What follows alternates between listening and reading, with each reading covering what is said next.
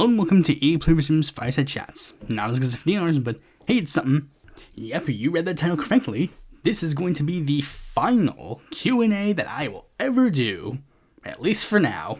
Simply put, no one cares about Q&As apparently, so I just decided, screw it, I just won't do it anymore. Maybe I'll renege on it if we get into like a really big milestone, but otherwise I really don't see any point in doing it anymore. It's the same thing with like 4-hour video essays.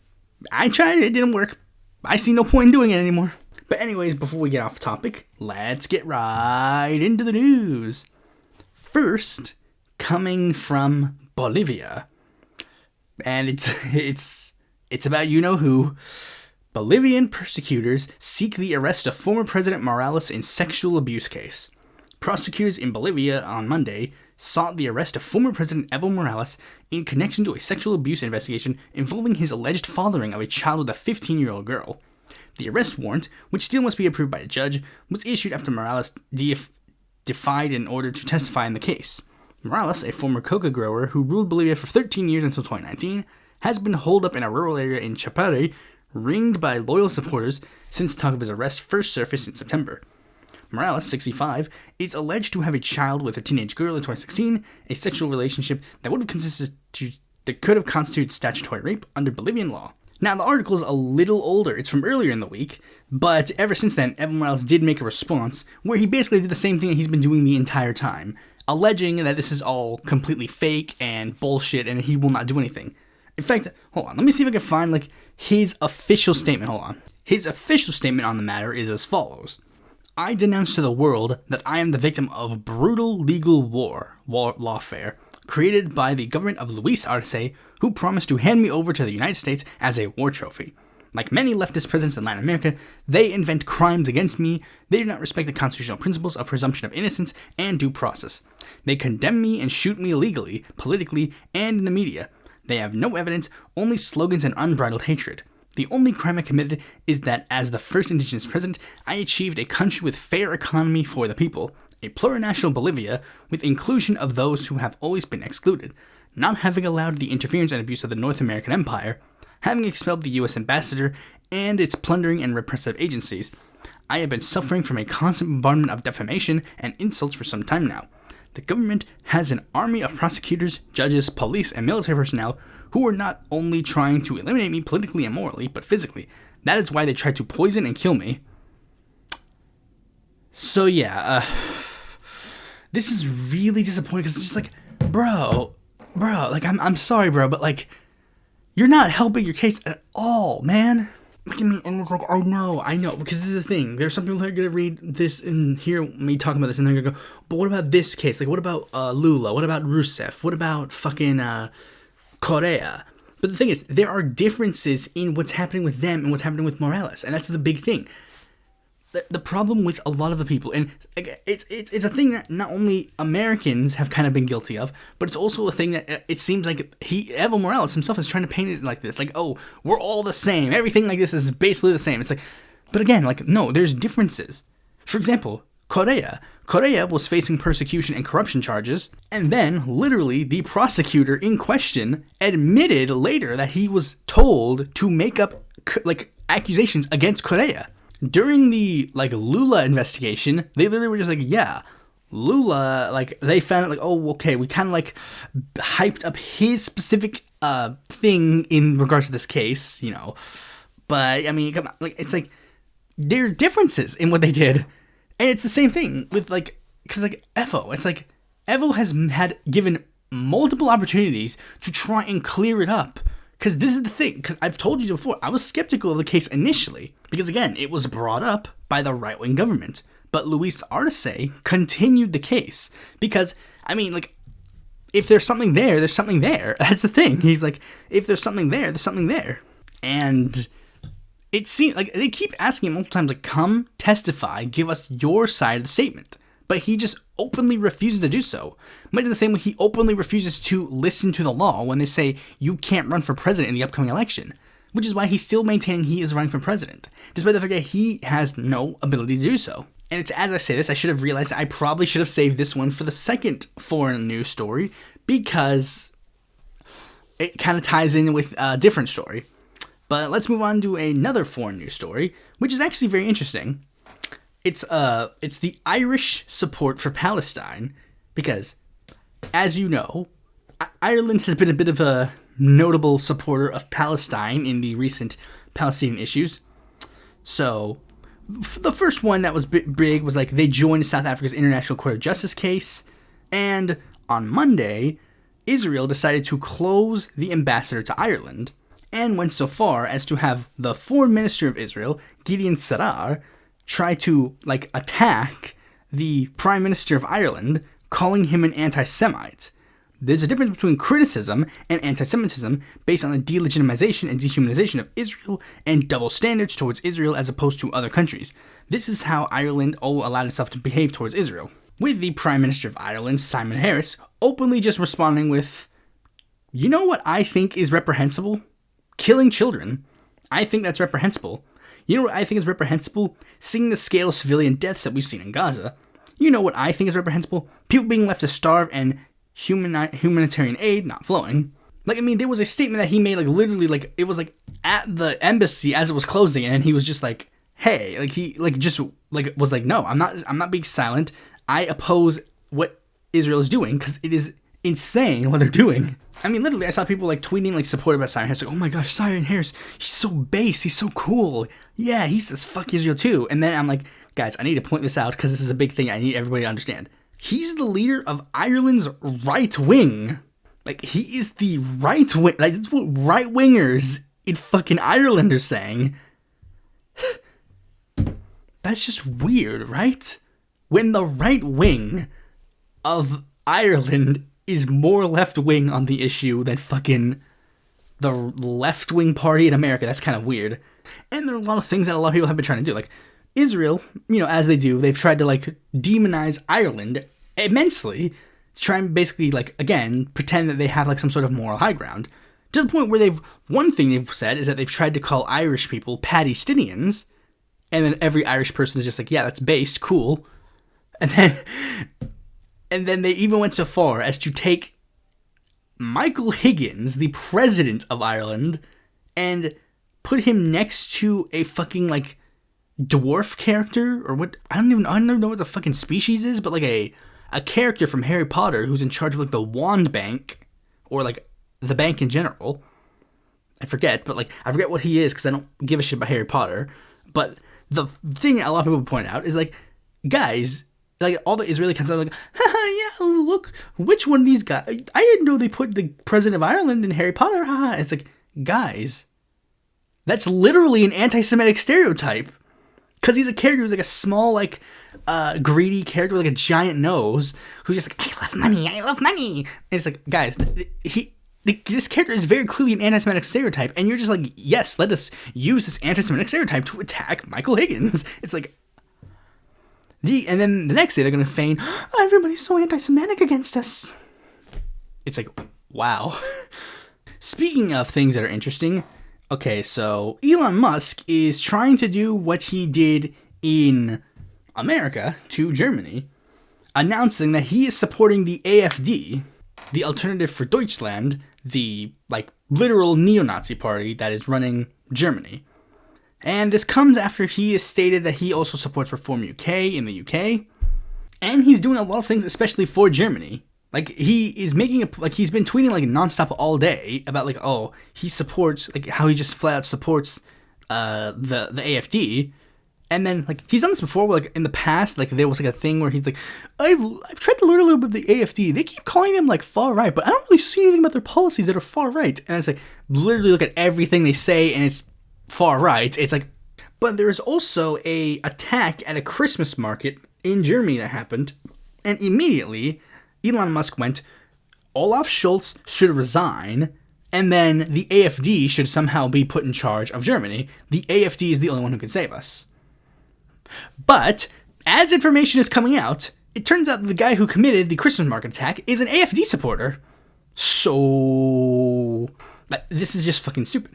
But this is one thing that is even more big and noticeable about this. And it is the fact that Elon Musk is very clearly, abundantly trying to just flat out buy the world. This is just so weird. It's just, he is just blatantly trying to buy the world. Like, Elon Musk has literally been trying to take over other countries for a while now. Remember when Evo Morales was kicked out of Bolivia, and then he said, we'll coup whoever we want because he wanted lithium for his own purposes? And then he bought the US presidency, and he is the president now. There is no sense about it. He is the president now. He's Donald Trump's pimp, essentially. And it's just like, he wants to do that with other countries. He wants to do that with Farage. He wants to do it with the AFD. And the only, I mean, it would be interesting to point out the irony about, like, how, again, like, a lot of Republicans and a lot of conservatives and a lot of, like, people on the right like to claim, oh, they hate Elon Musk, but then in the next breath they'll be like, they'll go, oh, we're free thinkers. We don't bow down to, like, authoritarian or, like, the government. And then meanwhile, it's like, yes, Elon Musk, buy literally every single government in the Western world, please. It would be interesting to point out if it wasn't so depressing. Speaking of depressing, next story. Steve Bannon has made a very bold claim. A very, very bold claim. Now, let us look at the amendment again. Let's look at this amendment again. Let's read the whole amendment. Let's read the whole 22nd Amendment. No person shall be elected to the office of the presidency more than twice, and no person who has held the office of president or acted as president for more than 2 years of a term to which some other person was elected president shall be elected to the office of president more than once. But this article shall not apply to any person holding the office of the president when this article was proposed by the Congress, and shall not prevent any person who may be holding the office of president or as acting president during the term in which this article becomes operative from holding the office of president or acting as president during the remainder of such term.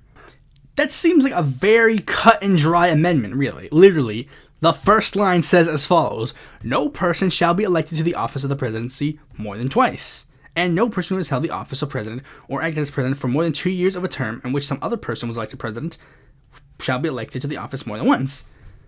Very simple. Very simple. But since conservatives are, I guess you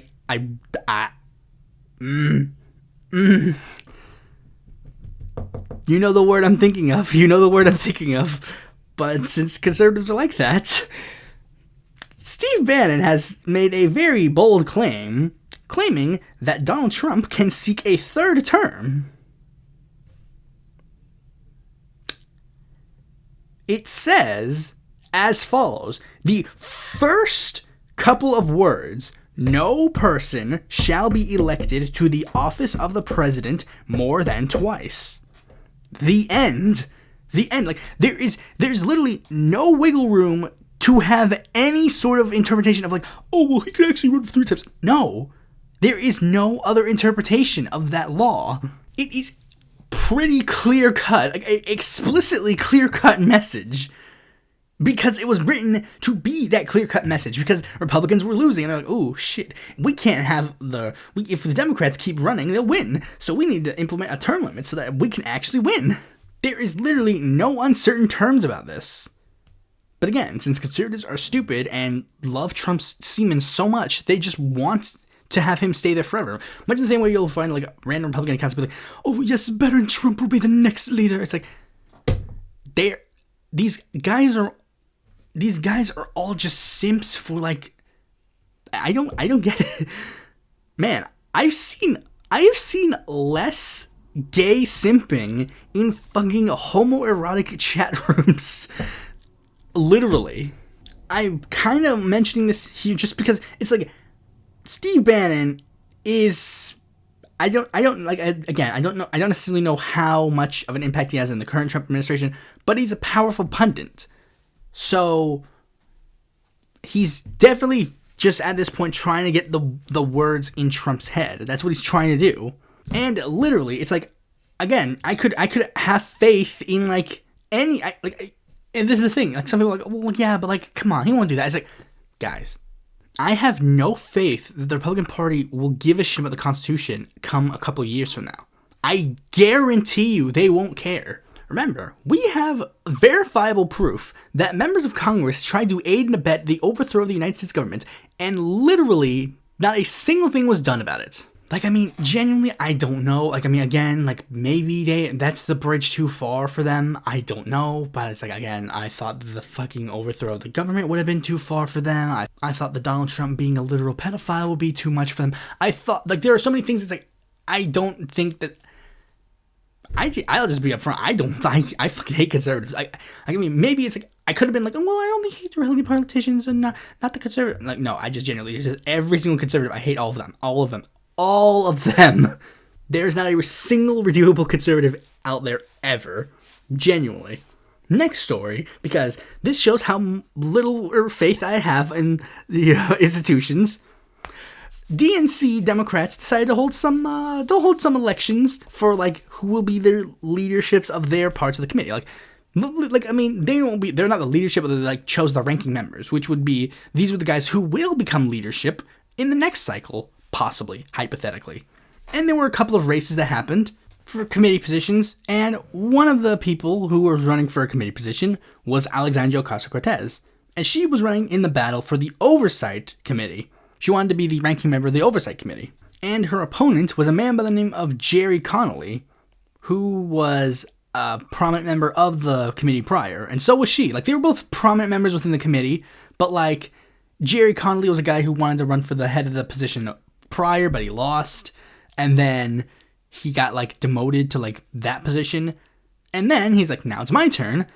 And he ended up winning over her. Not necessarily surprising, you know, for starters, the fact that she's more of a moderate Democrat than her. But then things got even more interesting when people started noticing a lot of other things about this. Like the race immediately first was a bit of an issue.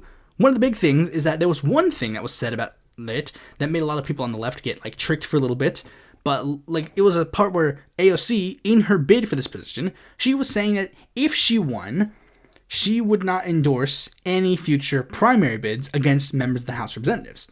And many people were mad that AOC did this. And they're like, oh, this is proof that she's a shill, she's a fraud, blah, blah, blah. It's like, God, did you not hear what she said?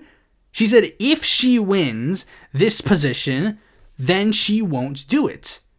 She did not win the position, so she's under no obligation to do so. Some people then immediately jumped the goalpost and be like, but she hasn't in a while. It's like, maybe there hasn't been any good ones in a while. Like, guys, again, in this cycle, were there any, like, in the 2024 cycle, were there any prominent, like, progressive primary bids that were going on against incumbent members of Congress? Not really. If you pay attention to how just as Democrats, the organization itself does, is like, they always find one member to, like, hyper-focus on. Like, they find one specific member to hyper-focus on. When it was in the initial race, AOC's bid was the one that they hyper-focused on. They saw NY14 and jumped to that seat, and they put all their effort into that seat. For the next cycle, Eliot Engel was their big one. And then the cycle after that, they started focusing on more open seats rather than running primary bids. And it's the same thing. It's like, and when it came to this cycle, it wasn't that they didn't focus on primary bids at all. They focused on mainly trying to prevent primary bids from their own members. Like, members like AOC and Rashida and Corey and Ilhan were the ones getting most of the effort in that race because, Jamal Bowman also as well. Like, you get what I mean? You get what I mean? But now with the next race, it seems that they will be focusing a lot more on primary bids. Like, I mean, remember, just Democrats, when they, like, immediately after the 2024 election, they immediately just opened up their nomination process again and just, like, nominate people to run for office. But another reason why this is bullshit is just, like, this is a big reason why this is bullshit. Not only because, I mean, it's also obvious, like, Nancy Pelosi endorsed, like, Connolly and tried to do everything in her power to make sure that Connolly won instead of AOC. And it's, like, I mean, like, this part is pretty obvious. We all know this. Like, you know, of course the Democratic Party is playing more to their, like, favorites as opposed to other people. But some people, like, let me get back to that part. Like, why did AOC even say, oh, I won't do this? It's like, because that's how it's supposed to work. Like, when you're in a high position, you're supposed to refrain yourself from endorsing against your own.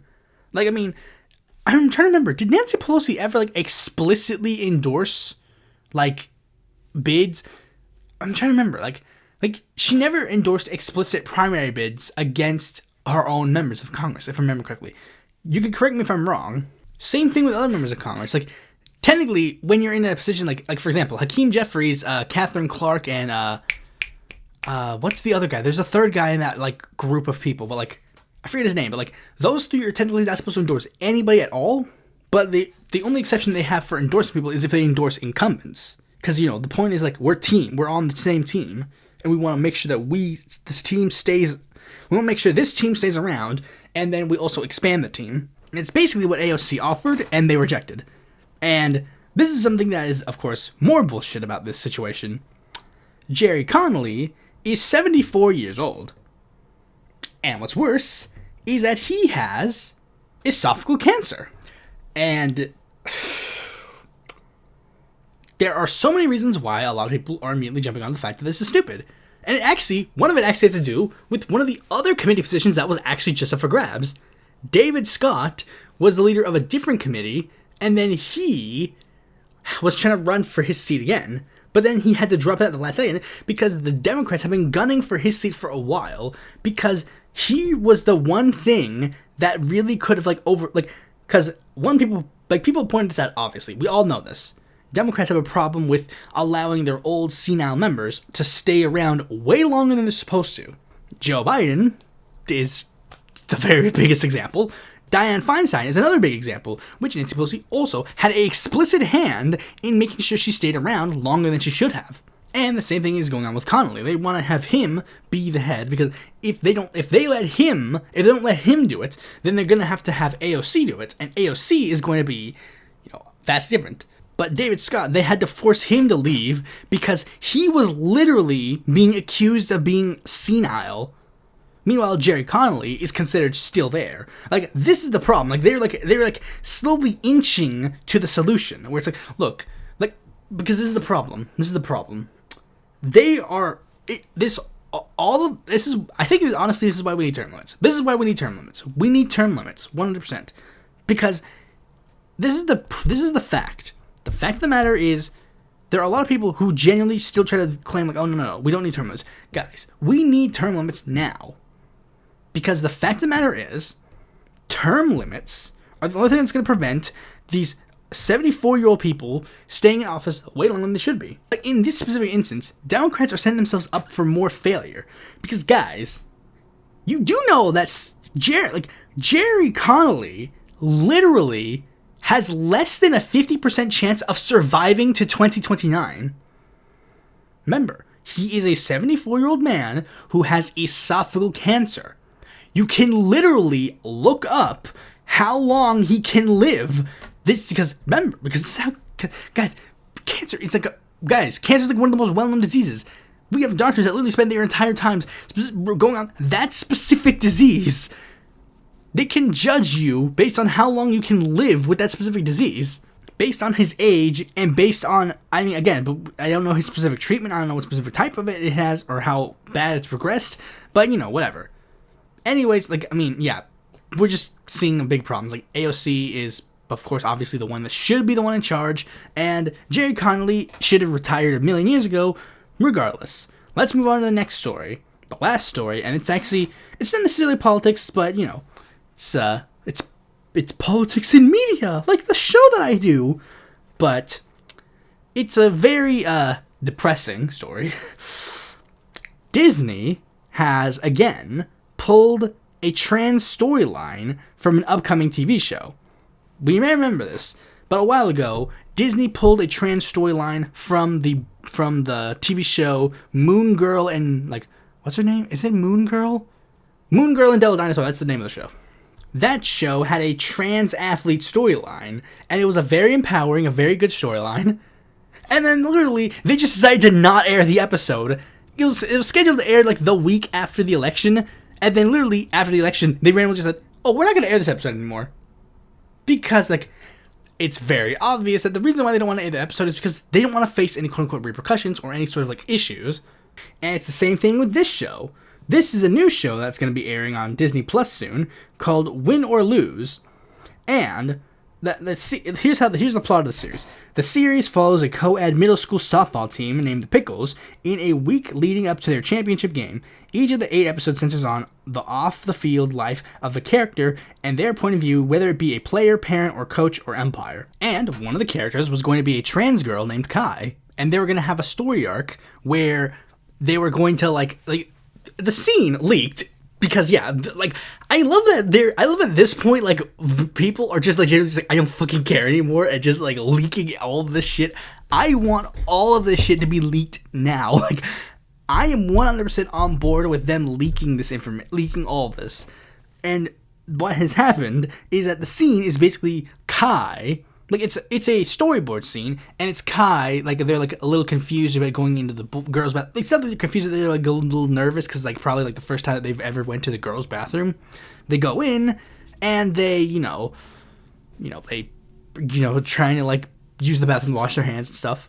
And then another character comes up, and then Kai is like trying to like make sure that all their hair looks nice, like trying to make sure they're trying to like look as feminine as possible. And then another character walks in the bathroom and can't reach the sink because they're like a smaller child. And then Kai's like, I'll help you. And then Kai, again, it's a storyboard, so there's no audio. But like what happens is they talk, it zooms in on their neck, and they talk again, and then they turn to the like mirror, and the mirror, they start transforming and looking like more like overtly masculine, and then going to the like hide under the bleachers, and they have like I don't know if it's like a full-on panic attack, but like, they're clearly like and the coach shows up and tries to give them some helpful tips, because like, wow, one of the most innocuous and fucking this is why I fucking hate conservatives and reactions. Is like, in what world is this like? Because, hold on. I guess I should explain Disney's explicit reason why they decided to cut this scene out. Okay, listen. A spokesperson for Disney confirmed that the story arc was removed and provided the additional statement to The Hollywood Reporter. When it comes to animated content for younger audiences, we recognize that many parents would prefer to discuss certain subjects with their children on their own terms and timeline. And this is the reason why I think all this is fucking brain dead stupid. Disney and Pixar have made a lot more raunchy things in their more explicitly family-friendly movies. Mrs. Incredible, Judy Hopps, the fucking Shakira Gazelle from Zootopia. Zootopia is literally a furry movie in the most explicit terms. When it comes to animated content for younger audiences, fucking bullshit, dude. It's so fucking bullshit. And the problem is, like, I don't know if this is officially going to end Disney's whole, like, fucking queer baiting thing, but the fact of the matter is, I think Disney very clearly is, I think it's a very sad fact that we are going to probably enter a little bit of a dark age for, like, if not LGBTQ rights in general, but, like, at least in, like, some overtness.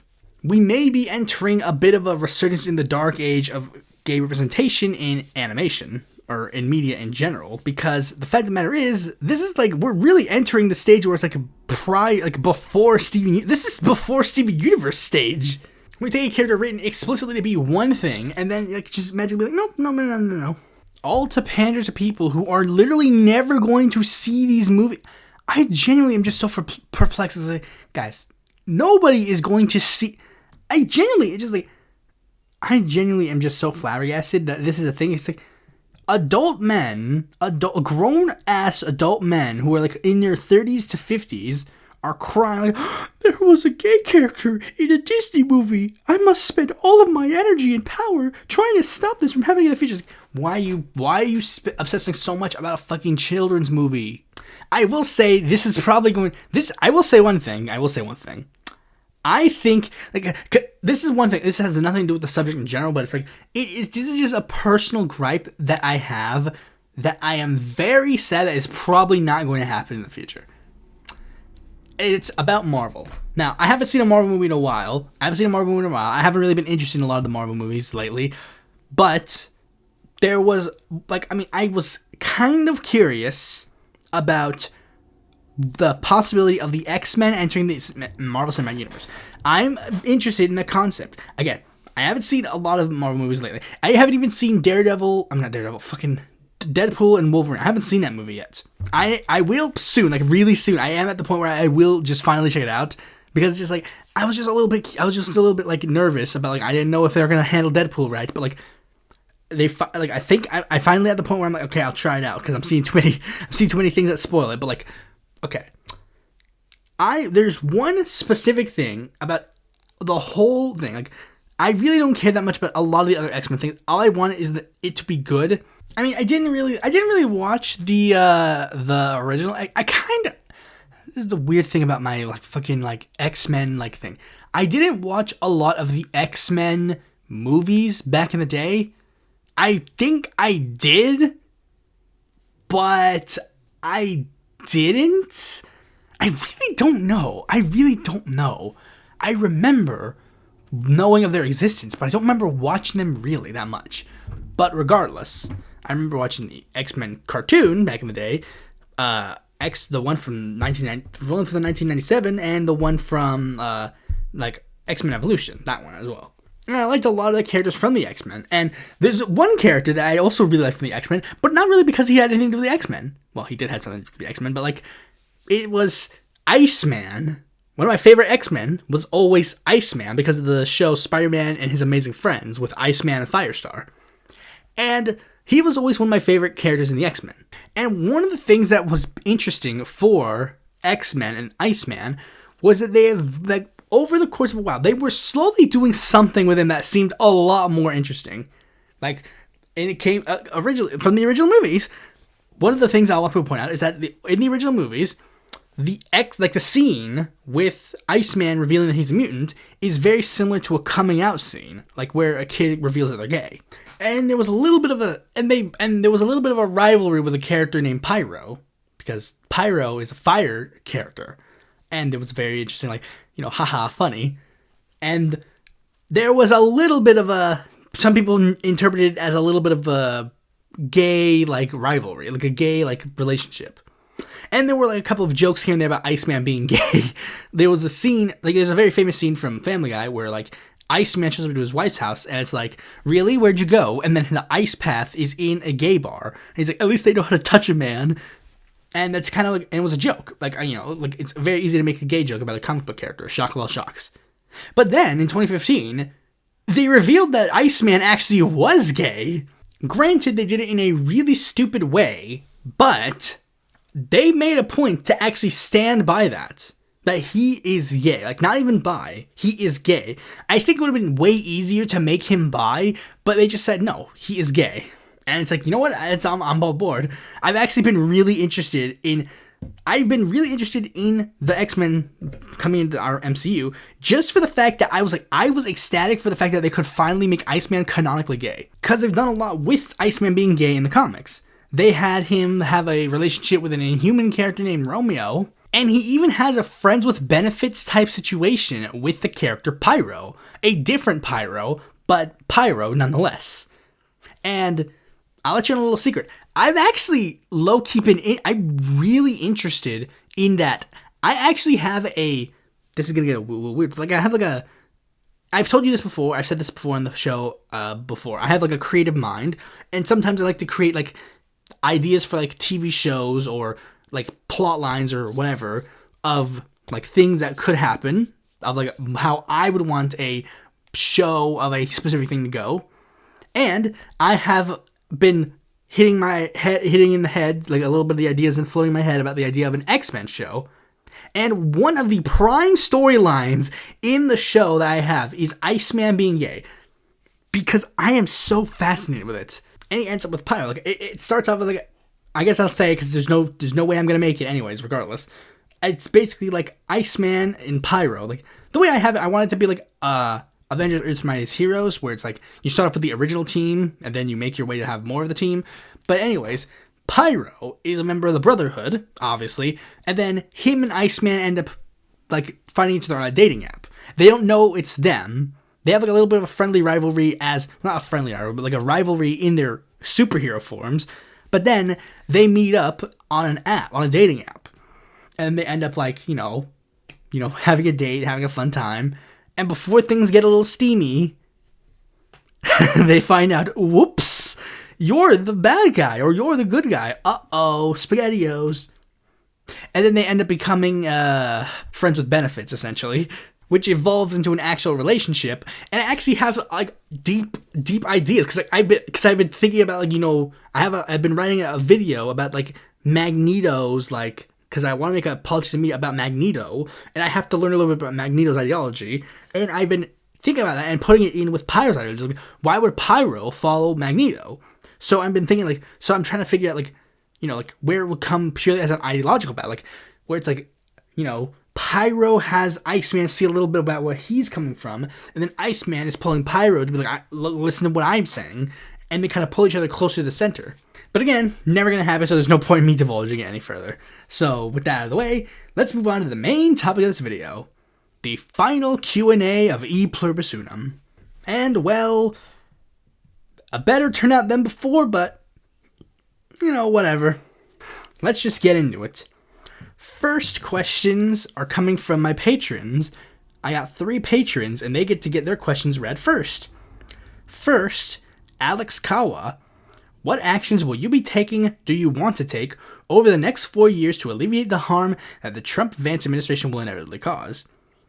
Well, for me personally, I think for the most part, I'm just going to be doing the YouTube thing. I think really that's just kind of like the biggest thing I'll be doing. I don't know exactly what other things I could do, really. I mean, I guess aside from like I mean, I know obviously like direct action, that kind of stuff, but like, will I don't know.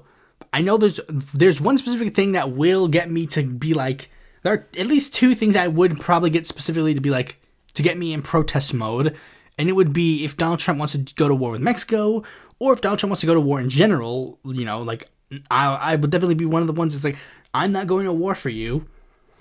That's basically all I would really do, essentially, for me. I'm in no position to be useful in any other category, so whatever.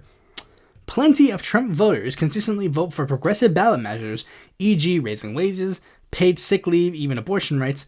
Is there any uniting with these voters for any purpose whatsoever? No.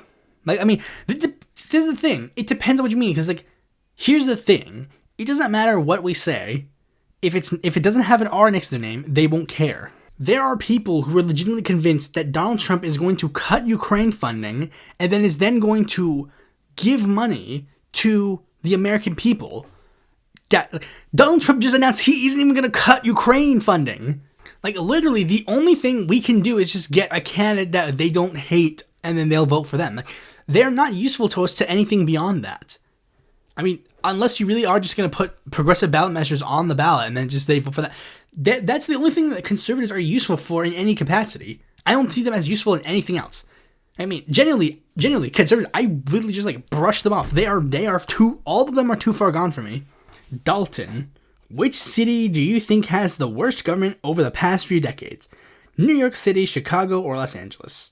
That one's a little tricky because, like, in all 3 of those, I mean, I guess technically of those 3, I would say New York City. Because in Chicago and I think LA, there are at least some glimmers of hope. Like, you know, Chicago, you know, you have the Chicago, like, Democratic Socialist Caucus, you know, Carlos Ramirez Rosa. And if you're talking about, like, more in, like, the general past, you have Harold Washington, Chuy Garcia, that kind of stuff. Like, there are people, and I think didn't LA have George Gascon? Or, like, one of the, I forget which one. Was that San Francisco or was that LA? I don't know, regardless. Like, one of them, like, I think technically both of them did have, like, progressive, like, legislatures or whatever. Maybe I'm misremembering the city. But I know for a fact Chicago, at the very least, has, like, more glimmers of hope than before. Not even necessarily in the past, present, or future, but, like, they've had more glimmers of hope than the other 2 that I remember correctly. I don't remember New York City specifically. Like, New York City specifically having, like, that many glimmers of hope. So maybe just for the sake of that, NYC, yeah. Okay, Snarky McCarthy asked a couple of questions. What strategy should third parties and independents employ in order to be taken seriously?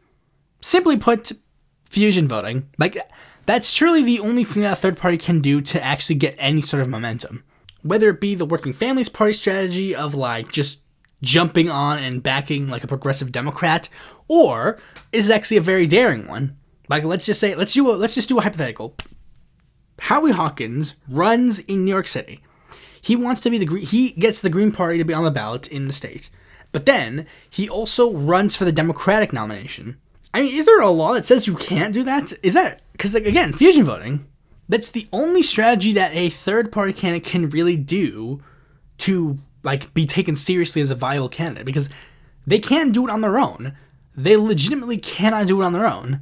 In our first past the post system, in our, like, whatever system, like, in the system we have now, there really is just no way that that's going to happen. Independents have a better chance. Like, they could literally just run campaigns and just try to build infrastructure regardless of party. An independent has a better chance of winning than that. But for independents specifically, maybe they should just try to focus on nonpartisan races, so like it doesn't even matter.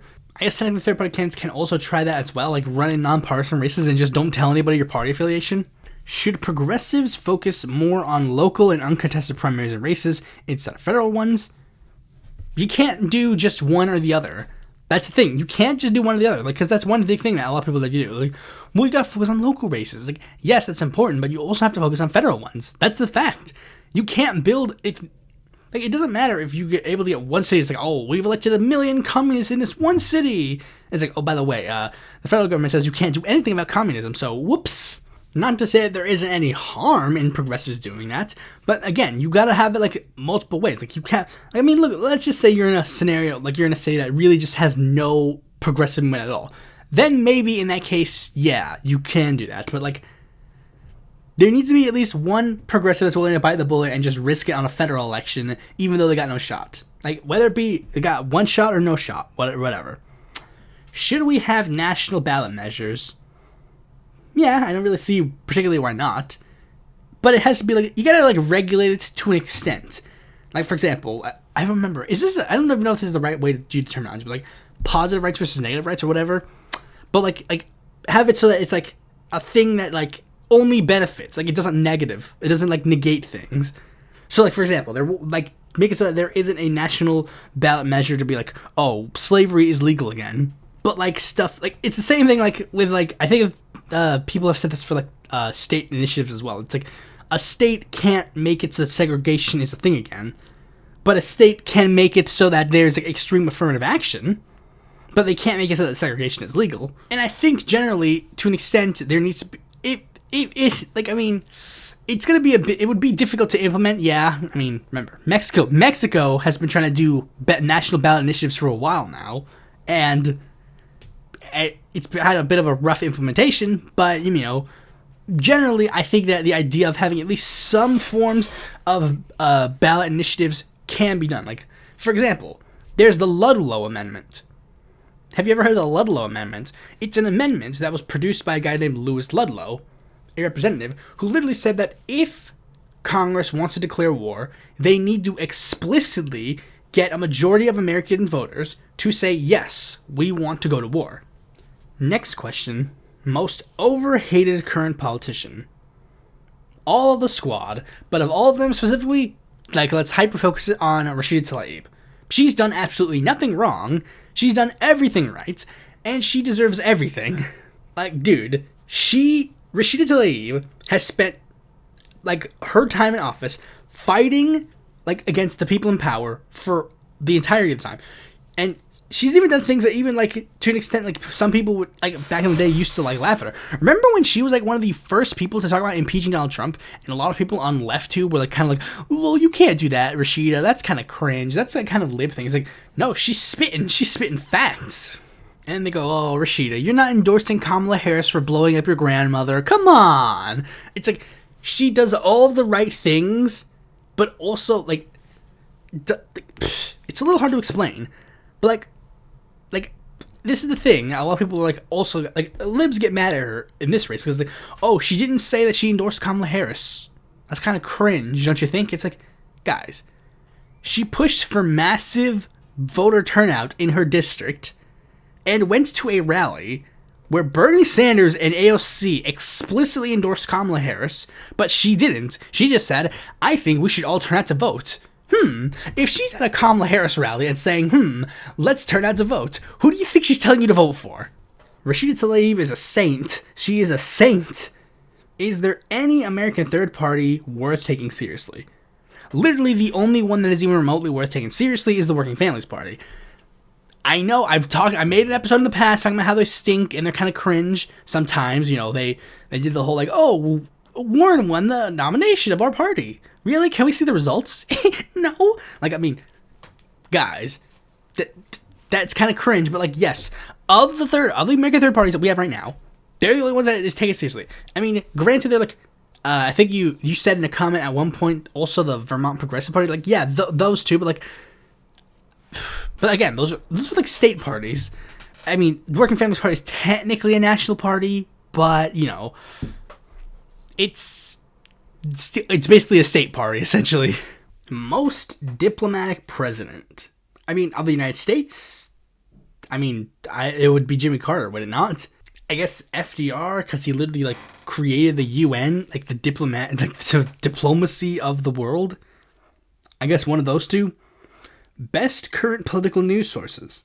Now, I generally, rule of thumb, try to be skeptical of all the sources, because I know like the media, the news media is biased in a multitude of ways, like partisan, political, you know, money, serving the capitalist interest, whatever.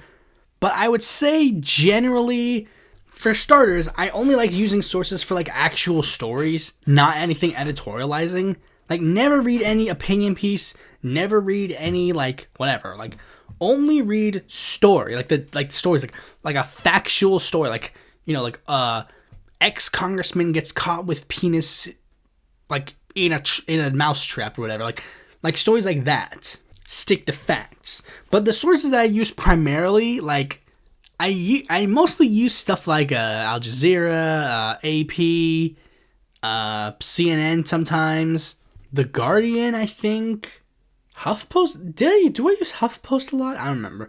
But basically, like I mean, first, I think one thing you should do is go to like all of like the news media websites that are like news aggregate places where it's like they judge like the partisan and reliability bias of all these sites. And basically, here's what you should do. Take all the sites that are in the center and very high on the reliability. Basically, whatever one of those sites are, use that one. So, for starters, take away and throw away all the conservative sites. Like, all those are in the trash.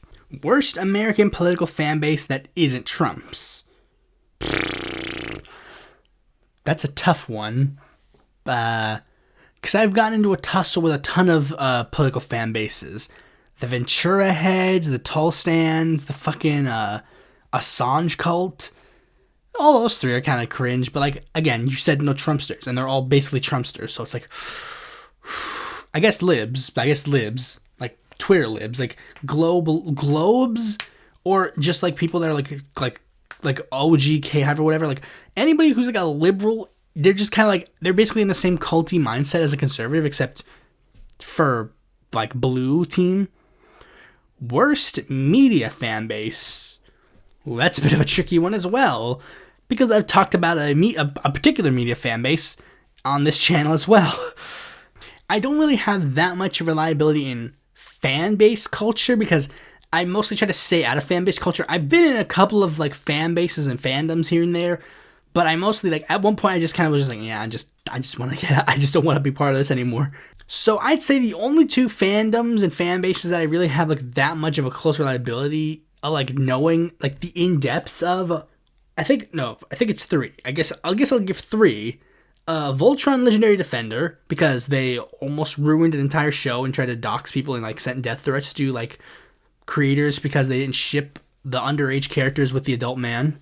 The Steven Universe fandom, because it had like some cringy elements where like they sent like someone posted a fan art of a character who was fat, who they made a skinny version of it, and it's like they sent death threats to them, trying to get them to kill themselves. And it's like, whoops, don't do that. And then, last but certainly not least, the Star Wars fandom, because it somehow became the reactionary cesspool of all right-wing content on the internet. I have no clue how that happened. Actually, I do know how that happened. It's kind of cringe, but whatever. Any takes on the works of A24 and Neon? No, I haven't seen any of their stuff. What invention is worse / more destructive? Money or religion? At least money has a purpose. Religion does not. I genuinely do not think religion serves any purpose in the modern day, except to like literally like force people to be like closed off and reject modernity and science. Like science, like I mean, money is even used to an extent to help science, because like you pay for science and like people go, oh, if I'm a good scientist, I'll get money. I mean, capitalism is bad, yes, but like ultimately, I prefer a world with capitalism and no religion than a world with. No, wait, hold on. Would I? Yeah, I mean, I guess technically if there was like a Christian socialist state that like oppressed people who were non-Christians, then yeah, that's a bit tricky. Because like Christian socialism, like Daniel Ortega calls himself a Christian socialist. Cringe. I don't know. But I'll just go with a religion because, atheism. Atheism rules. Atheism plus. Let's go, gang. Are American stereotypes more truth than fiction? As every white person who wants to say very racist things once said, all stereotypes are based on some form of truth. And America has not been helping its case. They literally just elected a pedophile into the White House, so they're not helping their case on a lot of things. Did you hear that Means Interactive published another game? No, I haven't, and I haven't been able to find any information about it. I mean, I don't know if it's something you heard of and I just haven't found it, but I tried to look for Means Interactive, and it doesn't show any other games that they've made. Maybe they have, I just haven't seen it. I don't know. Any thoughts on boomer shooters, retro style, or other modern low poly games? And he listed some examples, and I don't think I played any of them. I don't think I played any games like that. I haven't played a lot of video games a lot recently in a while, just because I've been busy with like YouTube and stuff. But I mean, I guess I don't have an opinion on them. What is your ideal living / minimum and maximum wage? The minimum wage in the modern day should be at the very least $20. Like, I mean, you could argue about whether or not it should be higher, and yeah, but I think ultimately the minimum wage at this point in age. Hold on, wait a second. Like, if we wanted to be technical, if we wanted to be technical just for inflation, the minimum wage would be like around $21 or whatever. I don't remember the exact number. It's somewhere in between $20 and $25. It's in between those numbers. But I just say just to make it even. I'm just prefer just making an even number. So I'm one of those believers of money should either be, it should be only done in intervals of 5, and $20 should be the lowest amount a person needs. And the maximum wage, I don't necessarily know the exact number that I would put for maximum wage. I'm trying to think. I remember I read something like a meme video where it's someone says no one can be a billionaire or no one can be a millionaire, and once you reach a certain point, you get once you reach 999 whatever, and then it says you get a shiny badge that says congratulations, you beat capitalism. So it's I guess technically again no one should be a billionaire, so yeah, I guess we'll cap it to $1 underneath $1 billion. Ultimately, I don't know, because I don't think of that, because the only reason I don't think about that is because I just know I'm never going to reach that point in my life. So it's I don't really think about how much money I really do need to live. I think just the amount of money it takes to live and survive should be the money that you need. What should the minimum prison sentence be for white-collar criminals? If not prison, what should be the minimum legal punishment for white-collar criminals? I guess it depends on the nature of their white-collar crime. Public corruption should probably face a actual prison sentence. I think it should be a prison sentence if it's a corrupt official corruption involving the government. But maybe if it's a private financial business, it should be mostly fines, depending on the severity. I mean, I guess it's the severity would be a thing. If we find out Elon Musk has been embezzling all of his money, then it's well, what should the sentence be for him? I mean, since he's the richest man in the world, maybe that deserves a jail sentence. I don't know. Worst political fan base outside the US? I'd say basically all the right-wing, Latin American people. I guess Milei would be the biggest one. The fact that people, love Milei and Bukele so much is just, these people are, the worst fucking stupid people, and it's why do you guys care about these people so much? Would the YouTube thanks feature put your channel at great risk? I didn't check if he replied to the statement. I don't know what this is. I genuinely do not know what YouTube thanks is. Most overlooked current politician? I don't really think I have any, because I think most of the politicians I know probably get basically the same amount of treatment that, especially in this crowd that we have now, with the left, they're progressives or whatever. I guess the closest one I could think of is maybe Andre Carson, who, I mean, was kind of I kind of threw him away immediately because he's a new Dem, but he's actually been showing himself really good on the Palestine issue, so it's I don't know, maybe he's somewhat cool. Most embarrassing gamer moment? I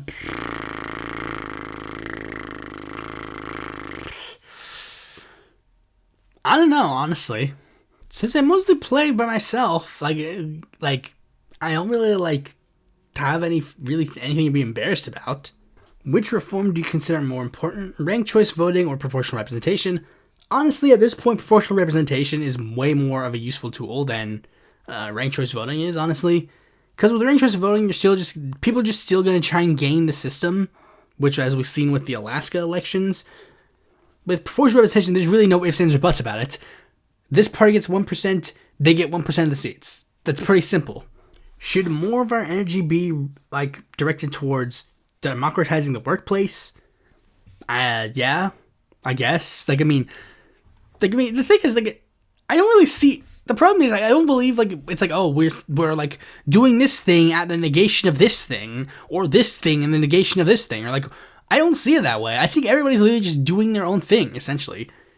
There are millions of leftists on the world. You really think that there isn't enough people putting democratization of the workplace in the forefront of their policies? Why did you rank Woodrow Wilson at number 13? In reference to the fact that I ranked him as the 13th best president. The rest of them just suck, dude. The rest of them just suck, and Woodrow Wilson has at least some redeeming qualities. Prefer a presidential, parliamentary, or semi-presidential system? I guess presidential. I like the idea of having the head of state being chosen as a different thing than the legislative chamber. The three rings and the control of power. That's a relatively good idea. Council manager or mayor council government. I honestly didn't really know the difference between the two until just looking it up right now, but it's honestly, I don't really see that much of a difference between the two. I mean, I guess because it's I don't know. I guess maybe since it's a small enough one, I guess council manager makes more sense to an extent. But at that point, why bother having a mayor? Why not just do everything purely through the city council? Why even choose a person who is called the mayor? Should there be more focus on local politics instead of federal and or state? I don't believe that it is a mutually exclusive thing. I think it could do both. Should third parties run insurgent candidates in federal and state major party primaries and elections? I mean, I guess that would mean that they stop third parties from being a thing, and yeah, they would be more useful in that category. So yeah, I guess. Should I prepare to bail for China or Vietnam? I don't know. You do you. If you have the money for it, you can do whatever you want. I haven't done anything to do all that kind of stuff because I don't have any money. I don't have any money to leave if I wanted to. But also moral high ground. Why should I leave? I'm a natural born citizen of the United States. Why should I have to leave and flee and whatever? That's not gonna help a lot of people. Ultimately, it's I'm just here to watch the show essentially. Should we abolish or reform the lottery? Abolish it. I don't really see it's not useful at all. It's just a tax on the poor people. Now I know what some people might say, but the lottery pays for it. Why is the lottery having to pay for the school systems? Why can't we just pay for the school systems normally? Why do we have to afford a bunch of bumfuck rednecks be I can win money? I know that from experience because I have half of my family is white trash, so they play the lottery all the time. Revenue sharing or profit sharing? Though the Google blurbs made revenue sharing look better because profit sharing, like I said, it's in the form of stocks or shares in the company. Revenue sharing literally seems to just be directly money, so it's I guess that's more useful. Should more healthcare practitioners take cues from Pittsburgh Dr. Timothy Wong and either challenge and or break away from the health insurance entirely, setting their own prices until single payer is hopefully enacted? Should hospitals offer their own payment and subscription services instead? I don't know. If the doctor actually gave a shit, wouldn't he just not charge them at all? I don't know. And ultimately, is that gonna do anything? Because it's that's not gonna do much. It's oh wow, cool. One doctor is charging cheaper. Are we all gonna go to that guy? Next question. Hermiel, which Mexican fictional character do you think would be a good president for Mexico? There's this one Mexican fictional character called Jesus Cristo. I think he'd be a good president. You guys like love that. You guys have pictures of him everywhere, man. Abiodun Sulaiman says, favorite current incumbent member of the U.S. Senate that isn't Bernie Sanders? Probably Peter Welch or Jeff Merkley. Maybe Ed Markey as a close third. But like generally those three are like kind of like the ones that seem like are the best of the rest of the Senate. Who do you think would be the best progressive candidate to run in 2028? For president, there's really only one option. Guys, I'm just sorry. Guys, the fact of the matter is, like, there's just a lot of things I gotta say about this. Like, one, 2028 speculation, just throw that in the trash. It's irrelevant. It doesn't matter. 2028 does not matter anymore. It does not matter right now. I don't know if it's gonna matter at all. I don't know. But if it is a thing, AOC is literally the only person who can do it. It does not matter who you gonna, like, you can make your case for all the random fucking progressive people that you can do, like Greg Kassar, Rashida Tlaib, this guy. It's like, guys, it does not matter. AOC is the only one who can. She's the only one with the name recognition to do it.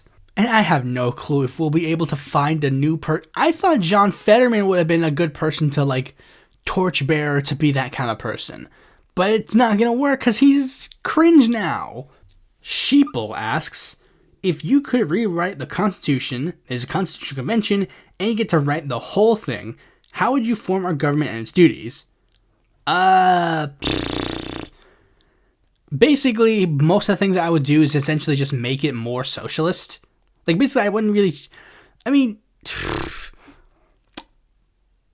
I don't... It's very complicated. If you could I mean, really, I would... Honestly, I don't think the Constitution in itself is that bad. I just think we just gotta enforce more aspects of it. Life, liberty, and the pursuit of happiness. You gotta do a single-payer system for that. And I really don't like engaging with hypotheticals, like, in that sense. Like, because, like, I prefer my whole point of, like, my ideology and my understanding of, like, the world is, like, we're not going to radically change, like, we're not going to wake up, like, if I ever became, like, president or, like, whatever, ruler of the world, ruler of the United States, we wouldn't be able to do, like, we wake up the next morning and then all of a sudden it's a completely new nation or whatever. I don't really engage in that kind of stuff because it's, like, that's not realistic. That's not how the world works. Nevada Garbage Trucks. Who is your favorite presidential candidate who never became president? Bernie Sanders. No ifs, ands, or buts. What is your opinion on RFK Jr.? He is scum on the earth, and he deserves whatever happens next. When the brainworm finally takes over and, like, eats it all, whatever happens next. Why do you think Morena won when most of the other incumbent parties around the world lost? It's a very simple thing. AMLO was a populist. AMLO actually gave a shit about the people, and he did things to help them. Literally, none of the other governments in the world did that. Like, AMLO, like, in that time period with COVID and stuff, he literally exclusively did good things. Made sure people were vaccinated. He implemented a universal healthcare system right before a fucking pandemic. He implemented multiple social programs to help alleviate the poor and disadvantaged in the country. He raised the minimum wage. Gay marriage got legalized. Abortion got legalized. Weed became legalized. He actually put pedal to the metal and actually tried to get things done. And not only tried, succeeded. And that's why Morena did so well. Julian John asks, dude, why are you so liberal? Well, I'm not a liberal. I'm a socialist. Borderline communist, essentially. Violent Orchard asks, what's your favorite kind of meat? If you're vegan, then what's your favorite kind of food overall? I'm not a vegan, and ultimately the best meat is chicken. I mean, chicken and, like, turkey, I guess, like, poultry kind of stuff, but, like, yeah, I mean, ultimately, they're the best meat, because not only are they the healthiest meat, but also, like, I mean, they just taste good, I guess. I mean, I've always liked chicken more than I like beef and stuff. Always. Like, literally always. And I also have a really hot take, apparently, when it comes to fried chicken. I hate the skin of fried chicken. I only eat the meat. Like, I literally take the skin and I throw it away. I've never liked the skin of fried chicken. Which, I guess, explains why I haven't gotten, like, a massive coronary attack because I don't eat that much red meat. I eat enough to have some of the bad health benefits, but not enough to get like all of the bad ones. Kane asks, what are your thoughts on LBJ? Do you think he was sort of the true successor of FDR? I mean, every Democratic president up until like Bill Clinton was the successor of FDR. But yeah, he's like the second best president that we've had. And like, yeah, he did a lot of good things. That's kind of based, whatever. Arnie Bishop asks, if you were made the supreme leader of America with complete unchecked power to do whatever you wanted unilaterally, what's your first action? Single-payer healthcare system. That's the first, second, and third action, essentially. Maybe something to do with climate change. Maybe that one. Maybe something like that first. I don't know. Regardless. Why are you against a one-world government ruling all of humanity? Isn't anti-nationalism and the idea of class over nationality a cornerstone of leftism? See, you kind of answered your own fucking question with that. Why are you against one world government ruling all of humanity? You see, you phrase that in the fucking worst way to make me go like, oh, well, that's a good idea. It's like, no. I don't want the government to rule over people. Authority derives from the consent of the governed, not from the threat of force. Barbie, 2009. Also, the particular tenets of socialism that I like are kind of considered quote-unquote left-wing nationalists, so it's like, kind of barking up the wrong tree on that one. Since it seems that society is still progressing in terms of social rights, in spite of recent events, how long do you think it will take before the progressive stuff that you say now would get you labeled as a moderate? Never, because ultimately, I still think all the things I say are progressive, and it doesn't change. Like, I mean, the fact of the matter is, that doesn't change. Like, whether the idea is progressive or not, it doesn't change, essentially. Like, I mean, the civil rights movement and civil rights in general is still considered a progressive movement, even if, like, it's a lot more mainstream now. If you were teleported to the year 2124, do you think people would still consider you a progressive? Yeah, I think I would, because there's also another thing. Ultimately, there's another thing that's a little bit of a secret.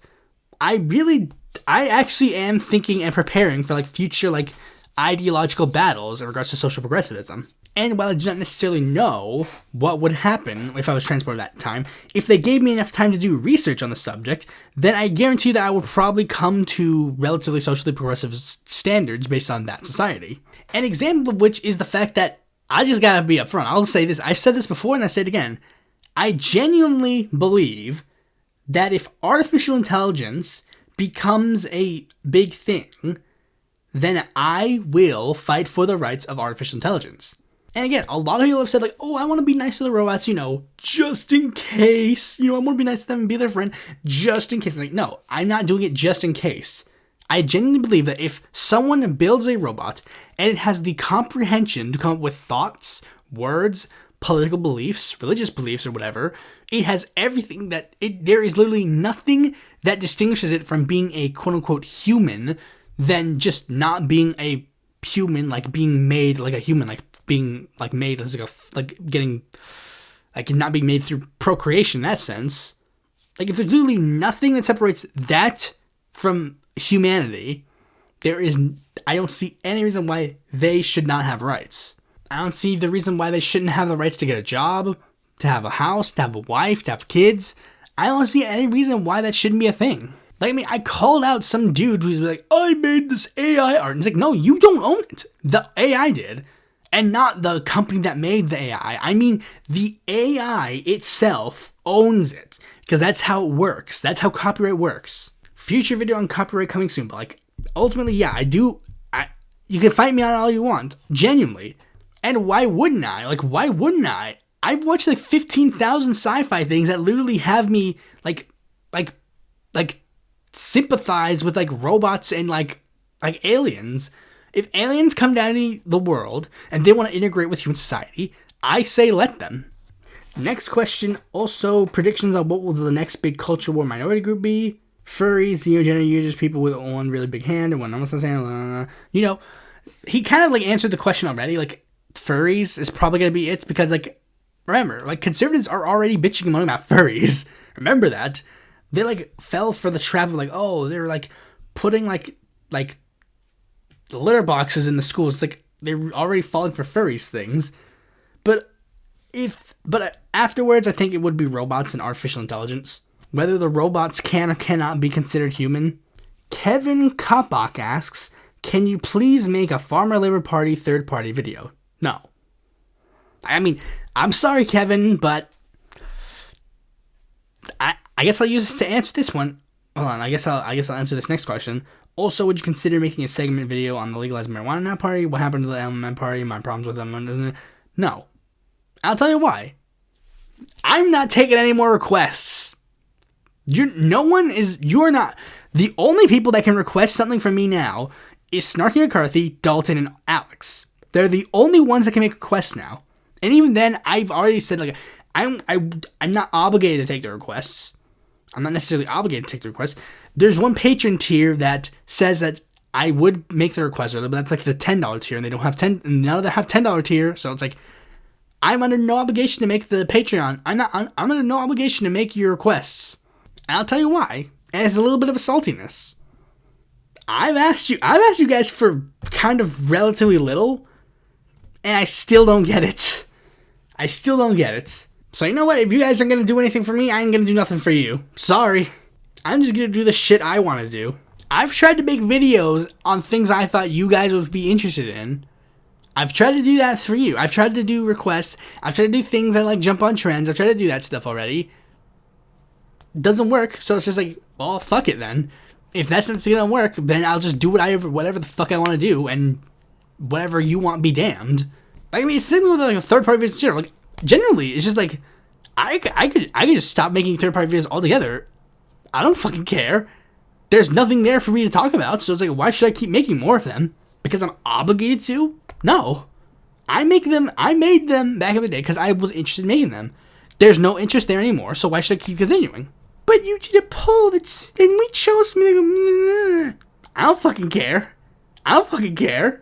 You guys had the chance to get me to be all happy, hunky-dory, be like, yes, I'll do whatever videos you guys want to make you happy. You guys blew it, so you ain't gonna get that. Same thing with Q&As. You guys blew it. You guys, generally, if anybody asks a question to me in the future, I'm just never gonna answer it. Nope. Next question. The American guy. Opinion on gun rights. I mean, I think like just having like full 100% unbridled access to guns is stupid.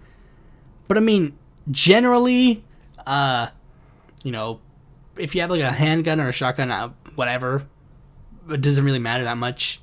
As long as you go through all the legal parameters to own it, then I don't really see a problem. Kilo Joule 4K UHD asks, give me some game recommendations to cope with the impending deterioration of our geopolitics as a whole. That depends on what system you have. If you have Nintendo systems, I can recommend a ton of things. But if you don't, then I can't really recommend much, because I don't really play any of the other systems. I don't play any other systems. A good multi-platform game is, you ever heard of Portal? Play Portal. Patrick is Back asks, top 5 political songs. Now, I don't know if he knows that I have a video playlist about the political songs I like on like on my YouTube, but it's not necessarily in any order. It's not necessarily in any necessarily ascending or descending order. So I guess just saying the 5 ones that I like the most are kind of fine. And also, I will say, just for the sake of this, when I say political song, I mean like a song that is like explicitly a political message. Not necessarily, so I'm even excluding one in the playlist called Dami Falastini. So let's see. The ones that I probably like the most in not necessarily any particular order is Si Me Quieres Escribir, which is a Spanish Civil War song. The Lyndon Johnson Told the Nation, because it's not, like, I mean, I like the song fine, but like there's one particular line that really, really, really like has hit me recently, especially like every time I listen to the song. It's one line that I really like harp onto. And it's the line where it goes like, Lyndon Johnson told the nation, have no fear of escalation. I am trying everyone to please. Though it isn't really war, we're sending 50,000 more to help save Vietnam from the Vietnamese. kind of sums up this, like, the Vietnam War very, very explicit. Love Me, I'm a Liberal is a really good song because it shows, like, the whole hypocrisy of liberalism. A song that a lot of you probably want to be hearing a lot about is Venceremos, which is a triumphant song about the rise of socialism in Chile. And last but certainly not least, I would say the one that's probably the best one that I know of is The Weavers' version of Which Side Are You On? I just like it. Next, Syndicated Emperor, Opinion on Georgism. Georgism is fine, relatively. Like, it's relatively fine. I mean, I prefer it if it's supplanted with socialism of some capacity. But, I mean, if it's like a transitionary state, then it's fine. Best American President, Franklin Delano Roosevelt. Thoughts on syndicalism? It's generally fine. Yeah, I mean, it's generally fine. I don't necessarily have any strong, like, hardcore leanings for it, but, like, I've read up about it a little bit, and it's, like, generally fine. Favorite music genre? I don't really have a particular favorite music genre. I just kind of listen to whatever the fuck I listen to. It's the same thing with the politics, like, the favorite political songs class. There are, like, tons of different, like, songs of different genres, and I just like the songs themselves. Favorite video game? I'd say, like, one of my favorite ones, like, kind of, like, for lore reasons, is Majora's Mask. Just because it's, like, if you've played, like, Legend of Zelda, it's, like, known as the game with the most atmosphere. But gameplay-wise, it's, like, relatively fine, like, just basic. But if you were to go for gameplay-wise, I'd say one of my favorite games is probably Portal 2. It's one I haven't played until really recently. And I get, like, once I played it, I was like, I get it. I get why everyone loves it so much. And it's like, it's hard, it's difficult, or at least it's difficult in some parts, but it's like, yeah, that's part of the challenge. If the game was easy, it wouldn't be fun. Favorite movie? I'd say my favorite movie is probably the one, like, I'd probably say it's Return of the Jedi. But if you want one that you can just kind of jump into blind without having to watch any of, like, the Star Wars films prior, then it would be 12 Angry Men. It's one that I really like. It's like a film about the fucking, like, U.S., like, judicial system, and it's really fun. It's really interesting. And I'm gonna make a politics and media about it because I just rewatched a certain, like, scene of it, and it started, like, hitting me like this could be an explanation of certain politics things. So, you know, that'd be interesting to see. Favorite TV show? That depends on the type of TV show. I mostly watch animation stuff. Like, I usually watch a lot of animation stuff. I don't really watch a lot of, like, live action shows.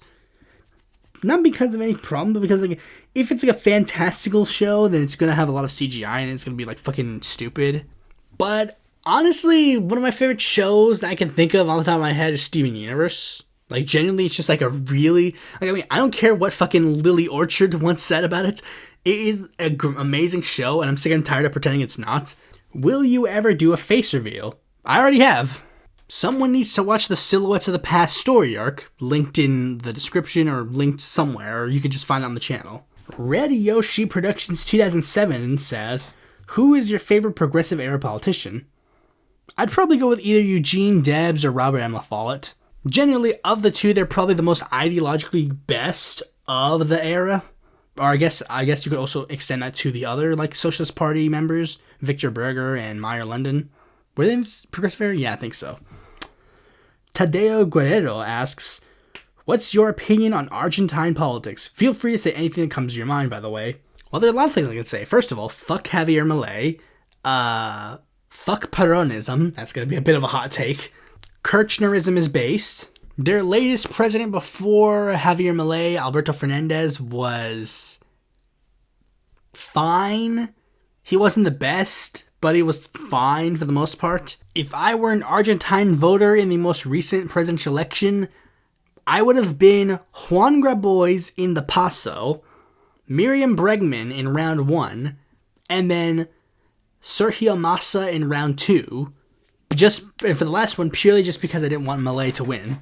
My party registration would be Frente Patria Grande, because Patria Grande, yes! And I would be searching ever so slightly to find the vaguely ethnic bad empanada. Who's your favorite political party or presidential candidate outside of the US that never got a chance to govern? I would say, like, I would have said, like, a Latin American one, but, like, it just kind of immediately jumped to Jean-Luc Mélenchon in La France Insoumise in France. He's, like, honestly, of the, like, presidential candidates of, like, foreign countries, he is one of the ones I would actually say, honestly, kind of does shape my ideology. He's based AF, and I would actually be down if he ran again. He probably won't. Hopefully he won't. I would prefer if they do start to, like, branch off to form other people. But, like, otherwise, I wouldn't be opposed to the idea if he ran again. Maybe he would win this time. He was close to getting into the second round this time. Maybe he'll have a chance to win this time. What are your thoughts on political science as a major? Well, it's fine, but you gotta find a way to make sure that you actually use that degree. And be prepared for going to classes that kind of suck. Because I was going to get political science as a major, but I just kind of, like, stopped. I stopped caring. And last but certainly not least, we had one variation of a question from multiple different people. And I'll read all the different interpretations of it. Is there still hope out there? Do you still have hope? How do you feel about the future as a whole? Are you optimistic, pessimistic, or somewhere in between? Do you think America is doomed due to Trump's re-election bid? And this is the thing that I gotta say. Like, I mean, that's a loaded question. A lot of those are actually kind of loaded, to be fair. And I've said some doomeristic attitudes for it, but I'm not necessarily pro-doomerism. I'm never a doomer. Doomerism is cringe. It ain't over till it's over. Because one of the interpretations of that I'll just say is I'm a realist. I'm a realist. Realistically, like, I mean, I can't sit here and claim, oh, everybody who's watching this video is going to be fine under the Trump administration. I know that's not true. I mean, 400,000 people died in the first Trump administration purely because of Donald Trump's actions. Probably more, but I'm purely talking about the COVID-19 pandemic. But it's not like I can guarantee you guys a safety if Kamala had won either. Literally nothing is guaranteed. Like, literally tomorrow, while I'm editing and exporting this video, I could walk out in the street and get hit by a car and die. I got bit by an animal, like, earlier this year. I could have gotten rabies from that and, like, died. I was in a wreck, like last year. I could have died in that. Nothing is guaranteed. Like, literally, as I could walk out of the room and on my way to the bathroom, like, trip and, like, smash my nose and it, like, pierces my brain and I die. Anything can happen. But ultimately, I think it is the best for everybody to fight to last end. If I ultimately thought we were doomed, and it's the same thing with everything, like, if I ultimately thought that I was doomed and dying or whatever, I wouldn't, like, just be like, oh, whatever. Like, if I genuinely thought that once Donald Trump gets inaugurated, we're all going to, like, die, I would literally just be like, I have, like, 3 knives, you know, whatever. But, like, you gotta, like, it's easier to just give up than it is to fight. And ultimately, that's what we gotta do. And next episode, I'm gonna probably give some, like, things that are gonna be probably somewhat useful to possibly give some ideas on what we could do for the next 4 years, whether they be useful or not. Anyways, no more Q&As ever. Hope you enjoyed the ones that I had thus far. Thanks for watching this video. Be sure to like, comment, share, subscribe, and click the bell to find out if a future video of mine comes out. And if you want more content from me, consider supporting me on Patreon.